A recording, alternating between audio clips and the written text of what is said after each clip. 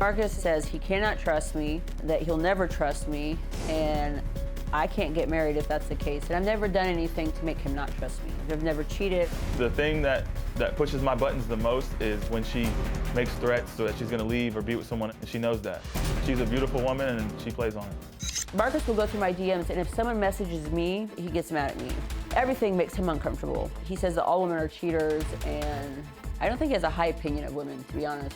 The grocery store, if I get dressed up at all, or I'm going there to be thirsty or to get attention from men. If he can't get a hold of me for an hour, it's not that there's 6 or 8 kids in the house, it's that I must be cheating. If I'm late from work at all, I know you were cheating that night. I have his location, he has mine, but he will still question where I'm at when I know he can see my location. And heaven forbid it glitches or something, oh my. The only reason I make accusations is when she makes those threats. Since day one, Tiffany's made threats and comments that she's wanted to leave, had one foot out the door. He's very jealous, very possessive. I went to the gym and I looked out the window and he was just sitting there in his car, and I walked out the front door recording and he sped off. Marcus's main phrase is, no wife of mine is gonna act like that. So if you're gonna be my wife, you're gonna behave and follow my rules. I'm not following your rules. Okay, Marcus, let me ask you something. Now, I want to be very clear. Tiffany, I think you posting this stuff online, not constructive, not helpful, doesn't bode well for this relationship. Now, having said that, Marcus, are you, in fact, losing your temper and calling her names? Calling her slut, calling her whore, calling her really bad names when you yell at her and scream at her? I have before, yes. Okay. Do you have any doubt in your mind that that is verbal abuse? No, I agree. That can be verbally abusive, yeah.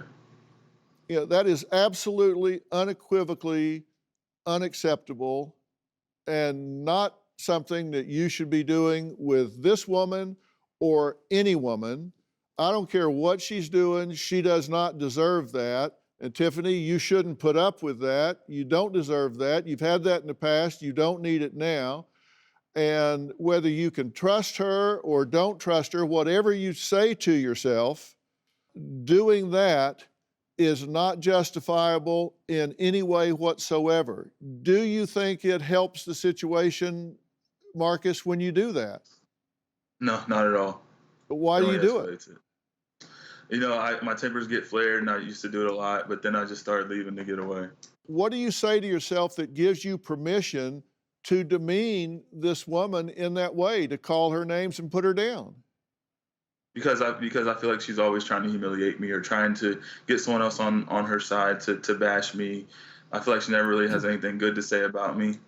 So in the heat of the moment, you know, I say things I don't mean. And I actually don't talk to anybody about a relationship. I don't talk to my mother. I have one cousin that I talk to, and she's the only person I confide in about anything. And well, now 3 million people know.